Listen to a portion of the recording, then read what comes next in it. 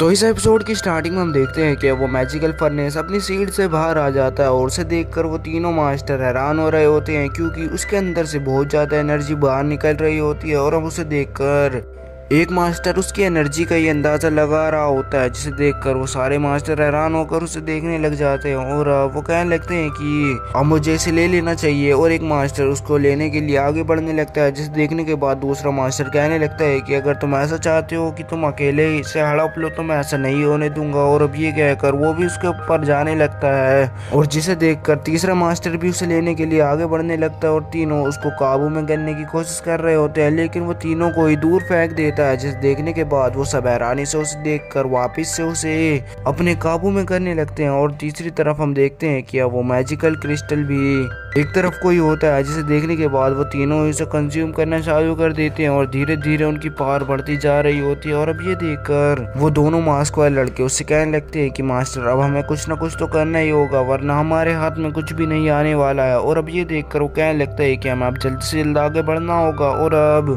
वो मास्क वाले लड़के मार्शल किंग पर हमला करने लगते हैं और एक मार्शल किंग को आसानी से गिरा देते हैं, जिसे देखने के बाद वो सब हैरान होने लगते हैं। और अब वो मास्क वाले लड़के एक एक कर उन मार्शल किंग को पीट रहे होते हैं। और अब हम देखते हैं कि पीछे वो दो आदमी एक दूसरे को देखकर कुछ इशारा करते हैं और हम उसे देखते हैं जो चैनसॉ पर सीधा हमला करने के लिए आगे बढ़ने लगता है और वो हंस रहा होता है, जिसे देखने के बाद वो भी हंसने लगता है। और अब वो अपनी एक टेक्निक की मदद से उसके सामने से ही गायब हो जाता है और दूर जाने लगता है, जिसे देखने के बाद वो उसे बार बार उस पर हमला करने की कोशिश कर रहा होता है, लेकिन वो बार बार उससे बच रहा होता है। जिसे देखने के बाद वो हैरानी से उससे पूछने लगता है कि आखिरकार तुम ये क्या कर रहे हो जिससे तुम मेरे सारे अटैक से बचते जा रहे हो। और अब ये देखकर वो कहने लगता है कि ये पावरफुल ट्रेजर है ना। और अब वो उसकी शील्ड को आसानी से तोड़ देता है, जिसके बाद वो उसका ट्रेजर भी इधर उधर तबाही मचाने लगता है क्योंकि उसकी पावर भी बहुत ज्यादा होती है। और अब चैनसॉ उसे अपने पास बुलाकर अपनी स्टोरेज रिंग में रख लेता है, जिसे देखने के बाद वो कहने लगता है कि तुम्हें अब कुछ भी नहीं करना चाहिए, तुम अब सरेंडर कर दो।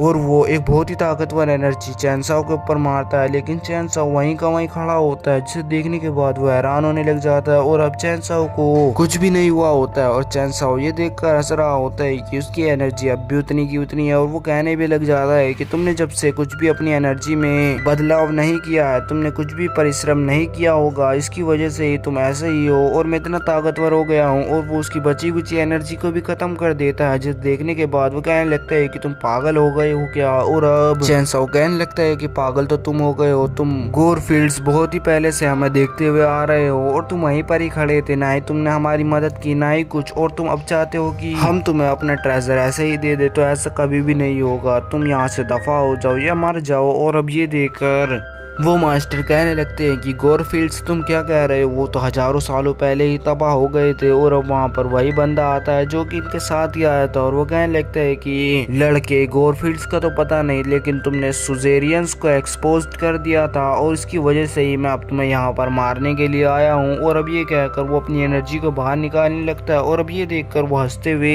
वहाँ पर एक बहुत ही ताकतवर फॉर्मेशन से एक शील्ड बना देता है, जिसे देखने के बाद वो सब हैरान होने लग जाते हैं। और अब वो सारे अंदर फंस गए होते हैं, जिसे देखने के बाद वो वहां से बाहर निकलने का रास्ता ढूंढ रहे होते हैं। और अब वो उनसे कहने लगता है कि बाहर निकलने का कोई भी रास्ता नहीं है, तुम इसको नहीं तोड़ सकते हो और बस अब तुम्हें यहाँ पर मरना ही है, लेकिन अगर तुम मेरी ब्लड डीमन कल्ट के सामने सरेंडर कर दो तो मैं कुछ सोचूंगा। और अब ये देखकर वो मास्टर हवा में उड़कर उस शील्ड को तोड़ने के लिए एक एनर्जी उसके ऊपर मारता है, लेकिन उससे उस शील्ड का कुछ भी नहीं होता है। और अब ये देखकर वो वापस से नीचे आ जाता है और अब हैरानी से इधर उधर देखने लग जाता है। और अब हम चैनसॉ को देखते हैं जो कि अपनी टेक्निक की मदद से उसकी शील्ड की कोई कमजोरी या कोई गलती ढूंढ रहा होता है, जिससे वो वहां से बाहर निकल पाएगा। और अब वहां पर उसे पिलर में कुछ लिखा हुआ दिखता है और वो कुछ कहने लग जाता है। और अब ये देखकर वो बंदा उन मास्टर्स को डराने के लिए कहने लगता है कि अब यहाँ से कुछ भी बाहर जाने का रास्ता नहीं है, अब तुम्हें मरना ही होगा। और अब ये देखकर वो डरते हुए लेकिन अपने डर को नहीं दिखाते और वो कहने लगते हैं कि अगर ऐसी ही बात है तो मैं तुम्हारे डीमन कल्ट के सामने जुड़ना चाहूंगा दूंगा। और अब ये देखकर वो कहने लगता है कि तो अच्छी बात है, अगर तुम मेरी टीम में जुड़ना चाहते हो तो ये बहुत ही अच्छी बात होगी। और अब वो उसे शुक्रिया कहता है। और अब हम देखते हैं कि वहाँ पर एक जगह पर पूरा फॉग हुआ हुआ होता है और वहाँ से कोई बंदा उस पर हमला कर रहा होता है और चैनसो उसके हमले से आसानी से बच जाता है। लेकिन वो गौर से वहाँ पर देखने लगता है तो वहाँ पर एक बंदा बाहर निकलता है जिसके हाथ में सांप जैसी छड़ी होती है। और अब वो बंदा उसे वेलकम कहता है और अब वो आकर हंसने लगता है और वो कहने लगता है कि ये सब तुम इस बूढ़े आदमी के ऊपर छोड़ दो, मैं इसे आसानी से मार दूंगा। अगर ऐसा नहीं हुआ तो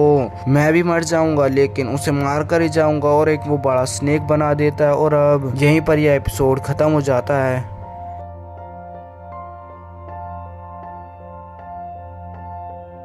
君の虜にな